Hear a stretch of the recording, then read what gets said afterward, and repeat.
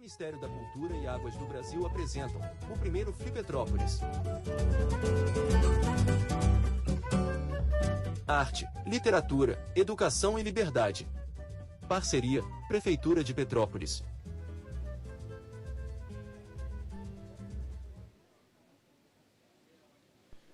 Boa noite a todos, a todas. Eu sou Álvaro Assis, homem branco, uso barba, não tenho cabelo, uso óculos, camisa preta, calça jeans e sapato preto.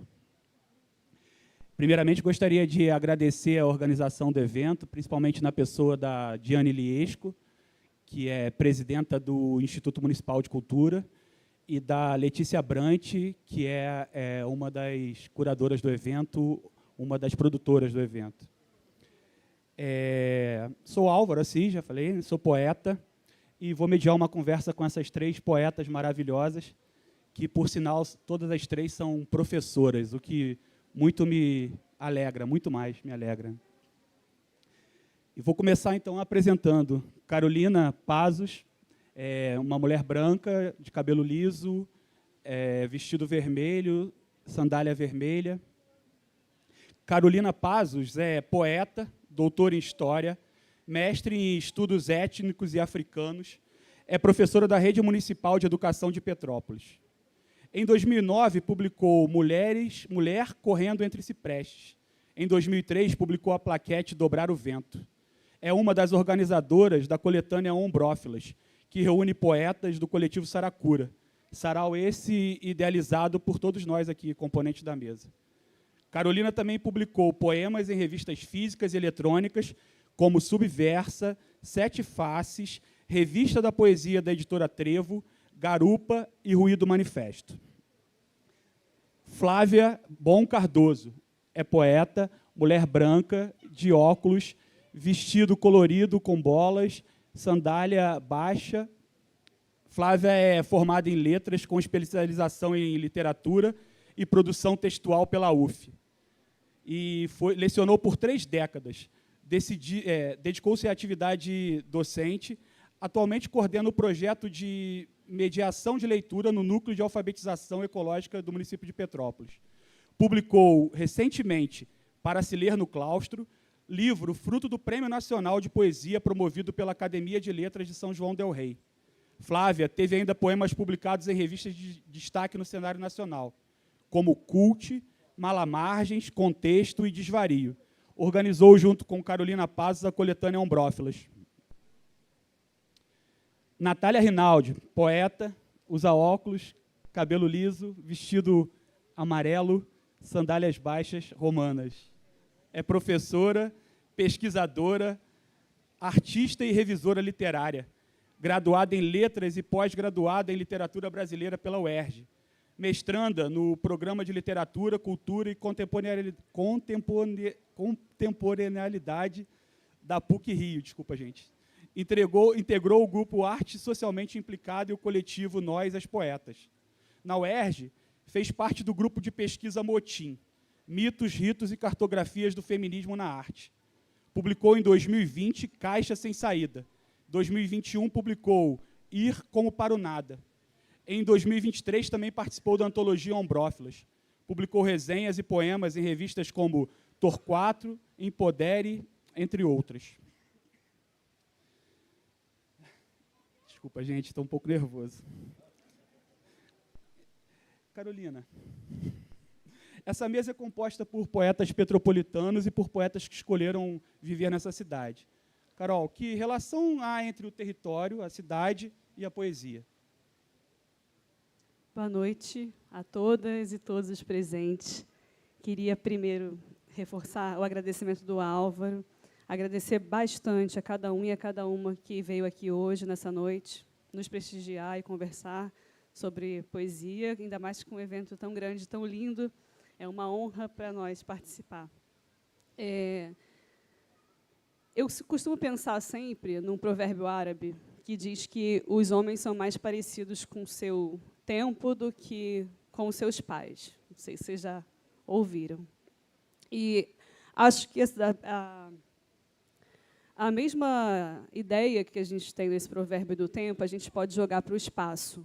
porque tudo que acontece tem um onde e tem um quando. E, muitas vezes, a gente não tem uma percepção direta dessa espacialidade. Então, a relação entre a poesia e o território, ela não necessariamente é escrever sobre uma cidade, escrever sobre um conjunto de relações num bairro, ou dar nome, nomear, né, partes dessa cidade. É porque esse território nos atravessa. E, no caso de Petrópolis, a gente tem um grande privilégio, que é viver no meio dessa mata atlântica incrível, exuberante. Então, eu costumo pensar no território, e depois eu vou falar como que essa fé está escrita, como um duplo. Porque Petrópolis é a urbanidade, é a natureza, e a urbanidade e a natureza não são estanques. Elas estão numa relação de interpenetração, né, numa relação dialógica. Então, quando a gente está cansado da sociabilidade petropolitana, a gente tem a oportunidade de ver uma saíra amarela, ver uma capivara da Barão, né? Ver um tucano, um sanhaço. E todos esses seres aqui, eles são nossos vizinhos e também nossos interlocutores. A gente troca uma ideia, né, com eles. E, pelo menos para mim, isso me afeta bastante. Hoje, mais do que antes, porque eu não sou natural de Petrópolis. Eu escolhi viver aqui, eu vivo aqui há 10 anos, trabalho aqui, e eu costumo dizer que eu já tirei a cidadania, né, petropolitana. Mas essa Petrópolis que é a que eu mais gosto é dessa relação com o mundo natural. E nessa plaquetinha do ano passado, que se chama Dobrar o Vento, aparece isso bem mais do que antes, que eu acho que essa territorialidade ela também vai se revelando à medida que a gente começa a prestar atenção, né, nessa relação. Então, eu não acredito numa poesia desterritorializada, né? Eu acredito que isso não apareça no texto de forma direta. Mas, no nosso caso, a chuva, que é bênção e é também tragédia, né? O que a gente chama de russo, todo esse clima que, às vezes, é chuvoso, influencia no nosso humor, e, portanto, o tempo todo está influenciando na poética, né? No fazer poético. Flávia, a mesma questão para você. Qual a relação que há entre o território e a cidade e a poesia? Boa noite a todos também. Tenho que agradecer a oportunidade da gente estar aqui para falar, né, do Saracura, que foi um projeto tão importante. Nessa Flipetrópolis, que essa primeira edição seja a primeira edição de muitas, né? E agradecer a cada um de vocês também, que vieram aqui dialogar conosco. Eu confesso que, quando cheguei a Petrópolis, há 30 anos, vindo de uma cidade de 20 mil habitantes, né, imaginei encontrar uma atmosfera mais cosmopolita. Afinal, 20 mil habitantes para 300 mil, né? E confesso que foi um pouco decepcionante ver que, tal qual na minha cidade, a poesia aqui também estava restrita a ambientes elitizados, né? Mas, a despeito disso, eu acho que o que a Carol falou é muito importante. Petrópolis tem uma natureza exuberante, e isso, para quem escreve, é uma matéria-prima essencial, né? Então, e também, assim, a gente está aqui numa Flipetrópolis, isso com outras iniciativas, como o Slam, como o próprio Saracura, né? Eu acho que o cenário cultural petropolitano vem melhorando, né? Estamos aqui para testemunhar isso aqui hoje. Então, eu quero acreditar que aquela primeira impressão, né, de um território que abrigava a poesia em lugares restritos, né, em lugares em que não havia participação popular, que isso esteja modificando, né? E que essa natureza possa inspirar a muitos futuros poetas. Natália. Boa noite a todos. Eu estou presa na fala da Carol sobre não acreditar em política desterritorializada. E aí eu estou aqui assim ainda... é verdade, eu também não acredito em poesia que seja desterritorializada. Ao contrário das duas, eu sou nascida em Petrópolis, nascida e criada, mas eu só comecei a reparar a cidade quando eu saí dela. Então, eu saí em 2012 para fazer faculdade fora, e eu nunca mais voltei por inteiro, por mais que eu tenha tido até uma tentativa consciente de retorno. Depois que você sai, as coisas nunca mais se tornam unas, né? E por perceber que eu também não acredito nessa poesia desterritorializada, eu consegui perceber que tudo que eu estava escrevendo, que tudo que eu estava construindo, tinha um contorno do meu lugar. E o meu primeiro lugar é Petrópolis, isso não muda. Então, eu faço questão de sempre me apresentar como uma pessoa petropolitana. Não tem como, por mais que eu vá ainda para outros lugares, que outras coisas possam acontecer, isso não vai ser desfeito, isso não vai ser alterado. Então, eu falo desse lugar e carrego na minha poesia muito a relação que o corpo tem com a cidade e o olhar que a gente tem quando a gente sai. Então, por que eu nunca consigo parar de falar de Petrópolis? Por que eu nunca consigo parar de atrelar as cidades a qualquer desenvolvimento poético ou a qualquer outro tema que venha a ser relevante com alguma coisa? Esse fato de não ser desterritorializado, ele é um fato, e a gente vai ficar carregando isso um pouco. Então, a minha relação com a cidade ela tem seus altos e baixos, como todas as relações. Hoje eu estou muito feliz de estar aqui, apesar de estar com uma rotina de trabalho muito puxada no Rio. Foi uma alegria o convite, agradeço a todos, reforçando aí novamente. E eu fiz questão de criar esse buraco no meio da rotina para estar aqui e poder viver isso aqui com vocês. Gente, é uma frase do Ferreira Goulart muito famosa que fala: a arte existe porque a vida não basta. Se a vida é insuficiente, do que a poesia te salva, Natália?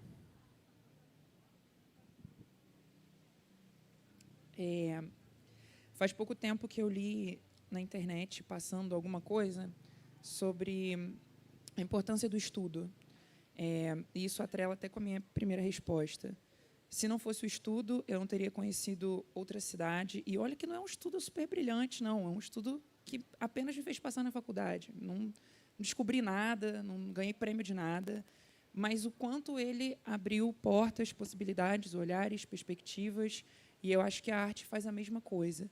E de uma forma até mais permissiva do que o estudo, porque o estudo ainda é uma coisa muito institucionalizada, né? É difícil você resolver estudar por conta própria, ser um autodidata, por mais que isso aconteça. Mas não parece um movimento muito forte. Mas eu acredito na força da arte com esse mesmo intuito, do quanto ele pode te mover, do quanto ele pode te trocar de lugar, te movimentar com isso. E isso faz toda a diferença em quem você vai ser na sua vida, o que você vai fazer, o que as coisas vão levar. A gente viveu um momento de pandemia e as nossas, pelo menos acho que todos nós temos alguma obra produzida na pandemia. Se não fosse isso, teria sido muito pior lidar com a pandemia. É muito bom olhar para trás no sentido de ver que alguma coisa salvou a gente, para além da ciência. A gente se permitiu um caminho que envolvia a arte. Então, tem uma coisinha só que eu queria falar, que é, relembrando o Paul Auster, que faleceu ontem, e ele tem uma fala que conecta com essa pergunta. É o seguinte: necessitamos desesperadamente que nos contem histórias, tal como comer, porque nos ajudam a organizar a realidade e iluminam o caos de nossas vidas. Paul Auster. Carol, do que a poesia te salva?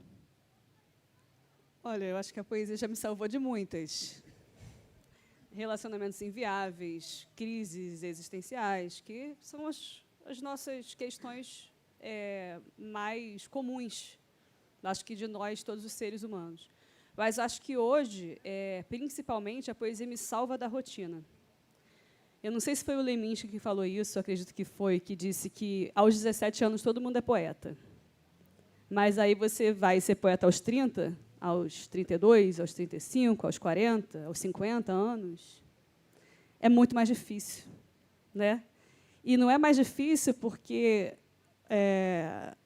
a gente não seja capaz, mas é porque, à medida que o corpo envelhece, que a gente envelhece, a gente tem uma dimensão muito maior da perda, das decepções, das dificuldades de ordem emocional, material, enfim. E é claro que isso tudo embota a nossa sensibilidade. É uma luta muito grande, ainda mais no capitalismo, a gente tem que dizer isso, né? Não pode esquecer nunca, pela sobrevivência. E quando a gente passa de um certo momento, a gente tem que lutar pela vivência. E eu acho que a poesia é para isso, sabe? A gente tem que fazer força. Não é simplesmente ela acontece, uma inspiração. Tem muita gente que diz assim, eu não escrevo porque eu não tenho inspiração, eu não sou capaz de escrever poesia, eu não sou um poeta. Gente, o que é o poeta? É alguém que faz um exercício, né? Um exercício de escrita que eu acredito que todas as pessoas são capazes de fazer. E cada uma vai utilizar de uma forma. Então, tem pessoas que escrevem e deixam trancado na gaveta e nunca mostram para ninguém, embora o Sérgio Sampaio diga que um livro de poesia na gaveta não adianta nada, né? Outros, sei lá, queimam, né? Serve como um exercício íntimo. É claro que, né, a gente que tenta fazer um esforço maior de publicar e de trazer, a gente quer uma mensagem, a gente quer o interlocutor, né? A gente quer que chegue em alguém. E isso depois se conecta com uma noção de futuro também que a gente tem, né? Mas eu acho que é para isso. A Conceição Evaristo, que é brilhante e vai estar presente, né, honrando a gente nessa festa, ela cunhou, né, um termo que é da escrevivência, que é muito mais do que a junção da vivência e da escrita, mas que, no caso dela, ainda traz um outro marcador, né, uma ideia de disrupção de um lugar como mulher, né, como mulher negra e tal. E eu acho que aproveitar essa ideia da Conceição Evaristo, que é muito potente, faz a gente pensar que a poesia ela tem sempre uma função. Ela não precisa ser uma função panfletária, a escrita, né? Nem direta. É até melhor quando não tem, de repente, um caráter panfletário. Mas ela, se ela tirar o nosso fôlego, ou ela nos dá fôlego, eu acho que aí é que está a chave. Flávia. Eu acho que a poesia me salva do comezinho do cotidiano. Eu acho que não dá para viver sem procurar algo sublime que há na vida. E sublime não tem a ver com belo, nem com grotesco, né? Como já dizia Kant. O sublime é alguma coisa que nos arregalhe os olhos, né? Que nos suspenda a respiração, nos comova, enfim. Tem um poema do Manuel de Barros, que eu acho que ele fala exatamente o que eu penso em relação a isso, de como que a poesia pode nos salvar. Ele diz o seguinte: a maior riqueza do homem é a sua incompletude. Nesse ponto, sou abastado. Palavras me aceitam como sou. Eu não aceito. Não aguento ser apenas um sujeito que abre portas, que puxa válvulas, que olha o relógio, que compra pão às 6h, que vai lá fora, que aponta lápis, que vê a uva, etc., etc. Perdoai, mas eu preciso ser outros. Eu penso renovar o homem usando borboletas. Então, acho que, por me recusar a acreditar que a vida é só o cotidiano, que eu acho que a poesia me salva. Mas também tem uma frase da Sofia de Mello Breiner Andrensen, uma frase não, na verdade é um ensaio, né? Na Arte Poética 3, que ela fala o seguinte, a Sofia de Mello Breiner Andrensen é uma poeta portuguesa, e ela fala o seguinte: aquele que vê o espantoso esplendor do mundo é logicamente levado a ver o espantoso sofrimento do mundo.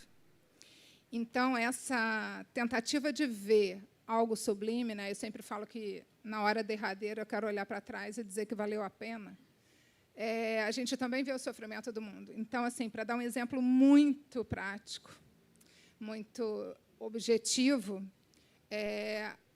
se não fosse a poesia, eu não sei o que teria sido da pandemia, por exemplo, porque ela me salvou no sentido de ter que lidar com a fala de um governante completamente insensível e cruel ao sofrimento daquele período.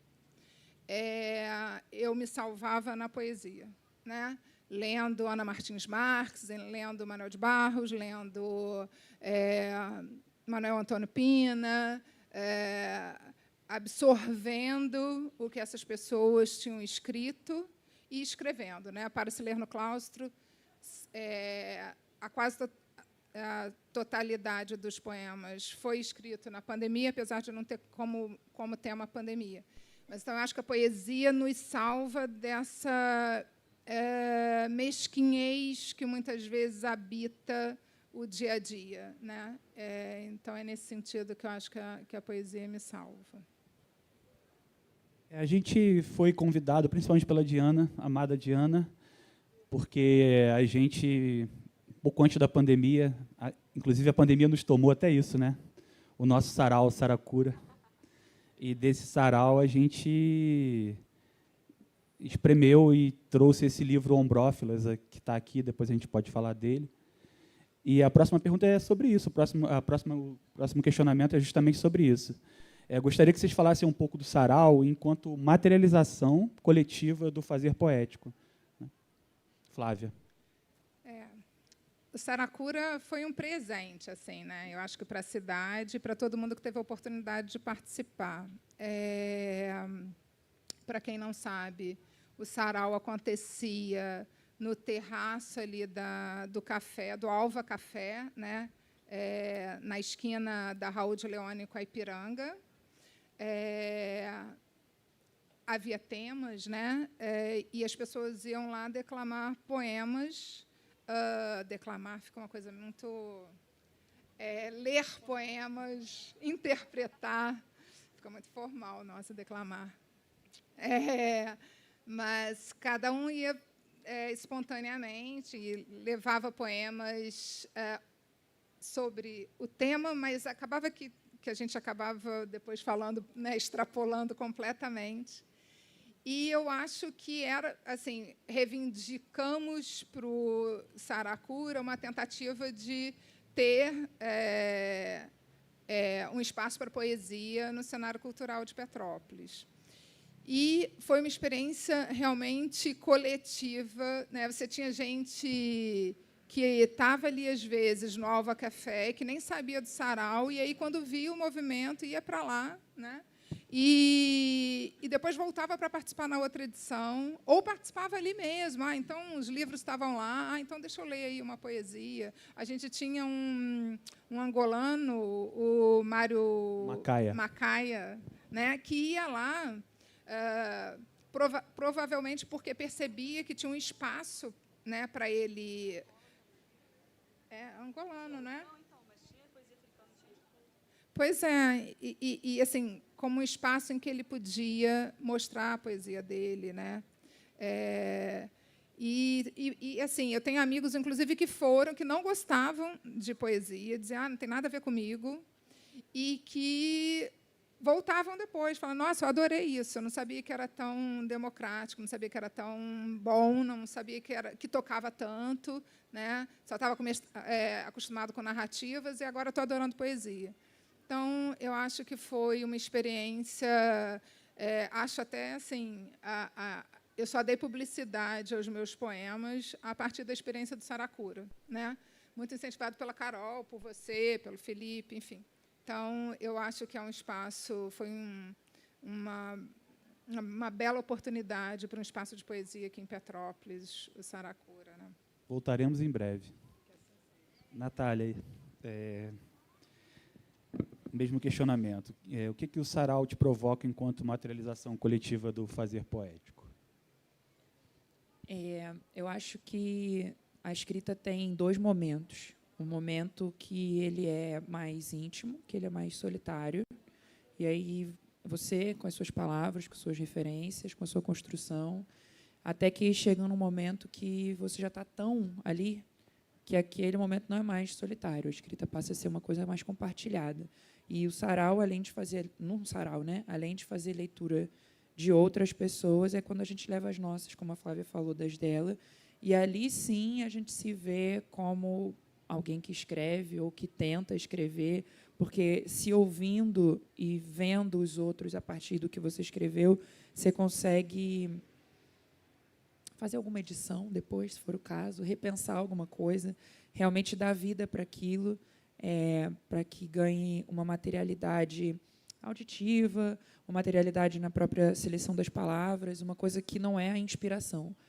Só quem tem muita inspiração, que consegue escrever. Não, é quem escolhe trabalhar, é quem escolhe pensar aquilo dali, se dedicar naquilo. E o sarau oportuniza muito isso. Ele possibilita que a gente troque, que a gente reconheça que chega uma hora que a escrita precisa ser compartilhada, até como um campo de edição, não só como um campo de compartilhamento de um resultado pronto, de algo, está aqui, mundo. Não, às vezes é algo que está em construção e esse espaço ele é muito acolhedor. Diversos deles, né? Nessas minhas idas e vindas de Petrópolis também, eu já tentei montar alguns outros saraus aqui, e é sempre um desafio, então chegar até aqui com o Saracura é realmente um grande momento, é a prova de que, estamos indo. Carol. Eu vou quebrar a informalidade, gente. Eu vou dizer uma coisa real para vocês. Eu detesto sarau. Tá? Pelo menos eu detestava. Porque a experiência que eu tinha de sarau era ir para o Rio de Janeiro e, assim, onde que tinha sarau de poesia? Aí na Zona Sul. Aí tem a burguesia folclórica da Zona Sul, que ia lá e tinha toda aquela coisa, né, em que o poeta, como uma entidade, quase assim, um ator da Globo, sei lá, nada contra os atores da Globo, né, gente? Não estou dizendo isso. Muitas vezes eles estão no sarau, inclusive. É isso. Existia todo uma aura assim, que meio que intimidava, pelo menos para quem não estava ali acostumado com aquele meio, né? Fora, vamos combinar, o gasto de dinheiro, passagem, não sei o quê. Então, para mim, não era legal aquilo.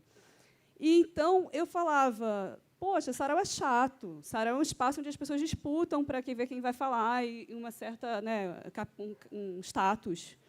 E aí, quando eu conheci o Álvaro, né, e a gente se reuniu, aí lembrando a galera dos primórdios, a Maiara, né, Barbosa, o Tiago Castanho, a gente pensou, vamos fazer um espaço de poesia em Petrópolis. Eu, na verdade, nem gostava desse nome sarau, mas aí rolou porque é o que é, né? Enfim, é o nome dado a isso. Mas a gente tentou pensar uma proposta que cada semana ou 15 dias tivesse um tema e as pessoas levassem livros e simplesmente lessem, né? E de forma horizontal. Não tem o palco, fulano, beltrano, não. Todo mundo está aqui aprendendo, a gente pode ler.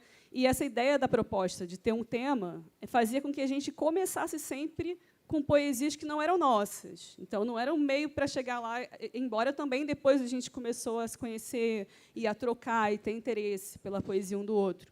E eu acho esse formato muito bacana. Assim, pelo menos eu me senti bem, achei que isso fluiu. E acho que o Saracura ele tomou asa, né, fazendo trocadilho com pássaro, para além do sarau, porque isso proporcionou a gente se conhecer. E quando a gente tentou fazer um formato online, mas não foi a mesma energia. E a gente virou coletivo, porque tinha uma proposta meio que de estudo. Então a gente passou a conhecer outros poetas. Então a gente fazia um evento sobre poesia africana em língua portuguesa. Então a gente ia ler os poetas do tema, outros sobre mulheres, outros sobre poetas que escrevem em Petrópolis. Então, a gente acabou estudando coletivamente, né? O tipo de estudo que você falou, né? Uma coisa de, vamos aprender junto aqui? E aí, quando a gente viu o edital que estava aberto pela Orutal, Quem Dera o Sangue, era um edital de poesia para mulheres, sobre mulheres, e eu chamei a Flávia, a gente organizou um livrinho, né? A gente tentou encontrar pessoas em Petrópolis que escrevessem poesia nessa temática. É claro que a gente não tinha um alcance midiático grande, então a gente publicou nas redes sociais. E a gente recebeu, né, alguns textos e chamamos também o Álvaro e o Felipe.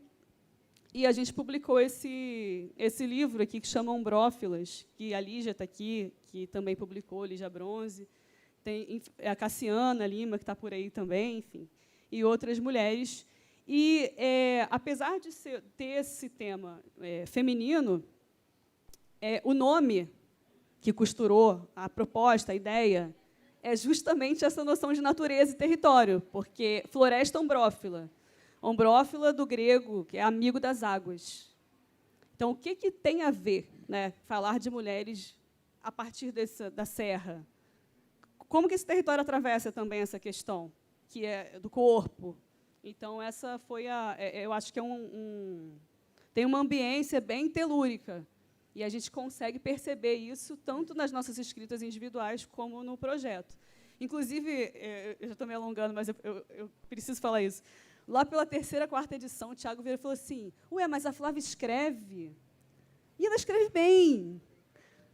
E a gente não sabia, e ela não mostrava. Então, eu falava, poxa, Flávia, vai botar seu livro na vida, na rua, né? Vai publicar. E, às vezes, a gente pensa, pô, eu vou publicar, e ela publicou e ganhou um prêmio, né? E foi super bacana. Então, é isso. A gente quer convidar todo mundo para escrever, exercitar, ler, né? Poeta é quem quiser ser. Eu queria fazer só uma referência ao Tiago Castanho, que é um dos fundadores do Saracura, e, por coincidência, o pai dele é o Dr. Gustavo Grandinetti, que é um dos curadores da festa. Maravilhoso, né? Inclusive, frequentou o Saracura, o Dr. Gustavo Grandinetti. Que honra, né? Ouço uma voz que não passa, que não vem de fora nem de dentro, imune a idiomas e ideais, uma espécie mais chegada ao silêncio, na frequência que ilude as palavras. Ouço uma voz que desafia a ciência, com sílabas invertebradas, ignorada por antenas e satélites, coisa que os bichos sondam no ar e as flores repercutem no vento, uma voz que subitamente se desfaz ao impulso dissonante do verbo.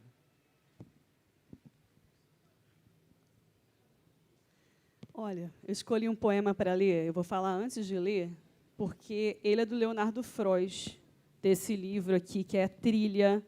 O Leonardo Frois é o maior poeta do nosso município. O maior poeta do Brasil. É um dos maiores poetas do Brasil, e é um dos, né, quiçá, fora do Brasil.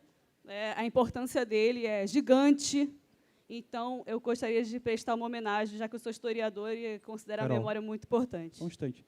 É importante falar do Leonardo Frois, porque ele, há quase 50 anos, ele era um tradutor, um jornalista de sucesso no Rio, e ele decidiu largar tudo e morar em Secretário, num sítio, que ele fez como Sebastião Salgado, né? Reflorestou o sítio todo e vive lá há 50 anos, e escreveu a sua obra toda, praticamente toda, dedicada àquela natureza daquele sítio em Secretário. E é interessante até falar, tipo, como um poeta, como é difícil ser poeta, né? Porque um poeta do tamanho do Leonardo Frois não é tão conhecido como ele deveria ser, infelizmente. Leonardo, nós somos seus fãs. Se você estiver ouvindo essa gravação, né? A gente queria que você estivesse aqui. Introdução à arte das montanhas. Um animal passeia nas montanhas, arranha a cara nos espinhos do mato, perde o fôlego, mas não desiste de chegar ao ponto mais alto. De tanto andar fazendo esforço, se torna um organismo em movimento, reagindo a passadas, e só. Não sente fome, nem saudade, nem sede. Confia apenas nos instintos que o destino conduz. Puxado sempre para cima, o animal é um imã, numa escala de formiga que as montanhas atraem. conhece alguma liberdade quando chega ao cume. Sente-se disperso entre as nuvens. Acha que reconheceu os seus limites, mas não sabe ainda que agora tem que aprender a descer. Aliás, uma das edições do Saracura foi uma homenagem a ele, né? Vou ficar assim. Eu vou ler para um fim. Ouve os desejos que vêm balouçando por ali. Quando foi que esqueceste a delícia de Desculpe. Ouve os desejos que vêm balouçando por ali. Quando foi que esqueceste a delícia de te atirares sem reservas? A corda tênue sobre a qual movemos nossos passos está estendida. Não há outro jeito. Diz a dinâmica dos corpos que os pelos se eriçam para guardar calor. Eu quero eriçá-los ao sabor do vento. É a lembrança do frio no estômago, a recusa em dar o passo é a queda, que ainda me fez acordar hoje. Não, o mundo não está fácil. Nem precisas de me contar, eu ouço os gritos. Mas é também na luta por eles, por nós, que está o vigor, lembra-te? Então, renova no teu grito a tua pungente existência efêmera. Esse poema é da Flávia mesmo. Mostra teu livro aí. Flávia, mostra o livro. Também vou ler uma poeta portuguesa, uma poeta petropolitana, que é a Ana dos Santos. Eu falo bastante dela aqui quando eu faço oficinas e coisas do tipo. Ela vai estar aqui na programação do evento, se eu não me engano, amanhã à noite, junto com o evento do Slam, porque ela também é DJ. Então, é uma arte bem descontraída. Mas que nesse livro aqui, que se chama Um Rosto Morno é uma Folga, a gente também consegue encontrar alguma coisa da cidade, talvez. E aí eu deixo com vocês. Uma tristeza anda ao meu lado. Há dias não vejo o céu azul. E tudo que é de mim me vem pequeno, fraco, tacanho. Não há pássaros em meu peito, não há alegrias da minha alçada. Os braços zelosos que me faltam, nem sequer os tive. Tenho lágrimas, pelo sabor que não sinto da vida. Conflitos alojados no dentro, desventuras de não saber. Constatações que se sobrepondo, penso que me faço de lamentações. Pobre engolir o drama seco, inútil fugir do concreto que sou. Aliás, você esqueceu de falar que o teu poema era teu poema. Eu tenho poucas possibilidades de ler poemas, e quando eu as tenho, eu leio os meus.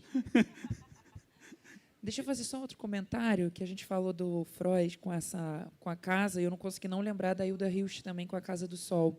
Então, essa escolha do poeta, né, de se conectar com o espaço, porque a política... Estou demais hoje com os trocadilhos.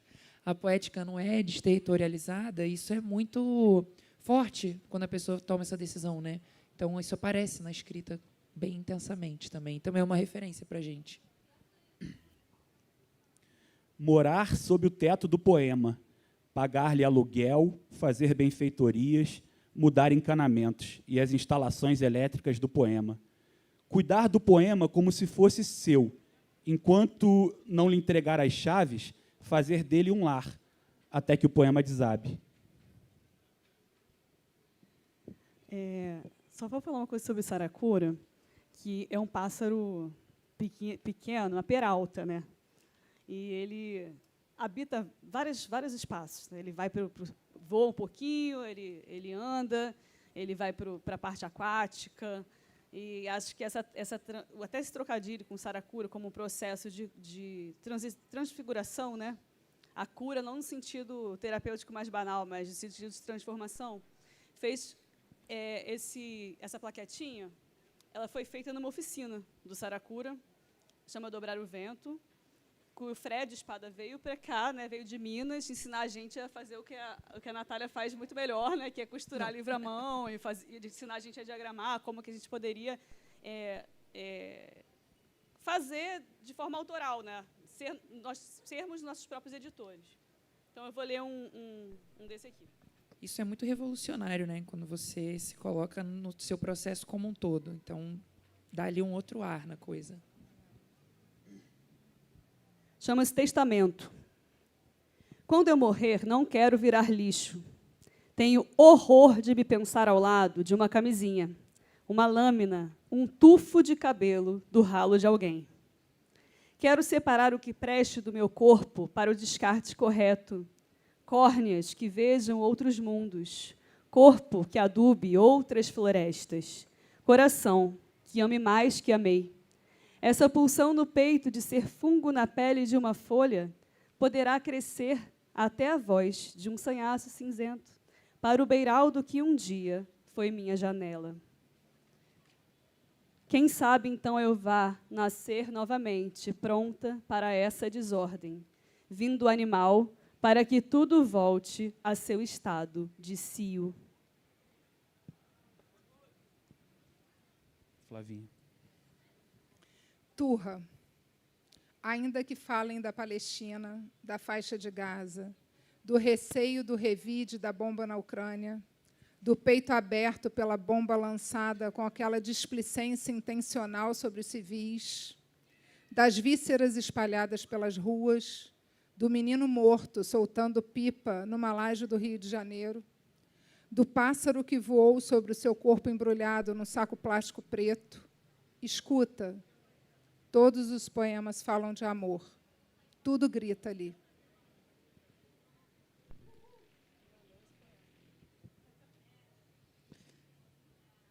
Entretenho a linguagem e te experimento nela. Saio delineando as formas, texturas, os gostos, pulsões. Enredada, ela me atravessa rapidamente e eu ouso dizer silêncios, gestos. O fogo dá as asas, o voo, as palavras. Crio e recrio por placer, pero no lo siento. Um emaranhado de carinho harmoniza uma canção para o futuro. Não há fronteiras para o vagar. Vadiamos na dança e esse é um esforço pelo sim. Na amplidão dos ventos, do caminho ar, meu e teu. Ó enigma de beleza doce, adorável corpo, instinto, presença. Coração macio. Paciência. Sou presença na ausência, cio no céu, amor na dor. E esse é meu também. Maravilha. Esse é uma produção independente. A arte da capa é de uma artista aqui de Petrópolis, chamada Raquel Vargas, que idealizou o desenho para compor com os poemas aqui. E a edição foi eu que fiz também, costura, toda a parte do fazer mesmo, e é uma experiência única, você construir a sua própria publicação. É legal. E aí tem oficinas, de vez em quando, que eu faço pela cidade para ensinar um pouquinho disso também, tanto com jovens quanto com adultos, e daqui a pouco vão ter outras por aí.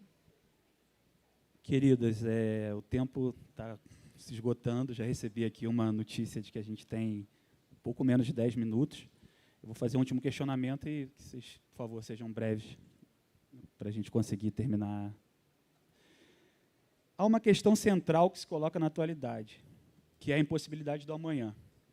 De que modo isso te afeta? Afeta a tua escrita, Carol?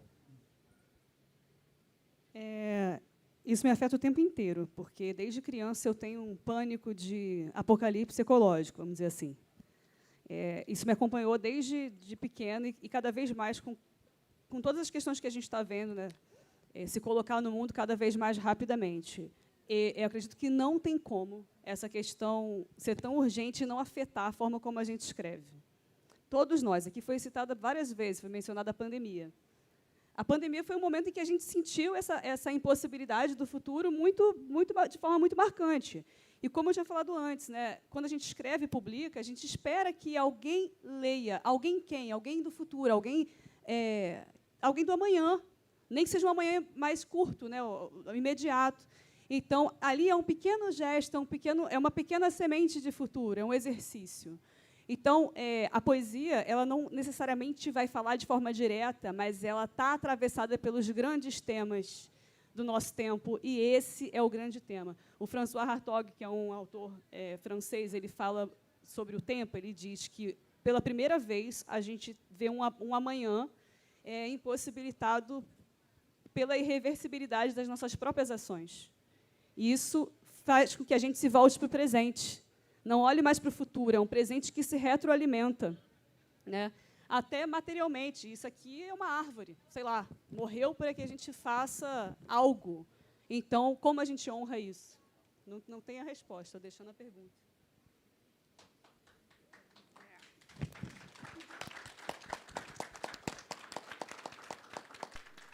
Olha, eu acho que visões escatológicas repercutiram no mundo desde sempre, assim. Não que eu negue que a gente esteja, o planeta esteja no limite dele, mas eu acho que eu sou uma otimista, realista, inveterada. Então, eu fico pensando, o Marcelo Gleiser, né, astrônomo e físico, acabou de publicar um livro que é um manifesto para o futuro da humanidade. E tem Krenak, tem Copenau, tem um monte de gente dizendo que é possível fazer uma outra relação com o planeta, né? A despeito de achar que o capitalismo tem uma imensa capacidade de se reinventar, eu também acho que ele está perto tá agonizando, né? Até porque os recursos vão esgotar.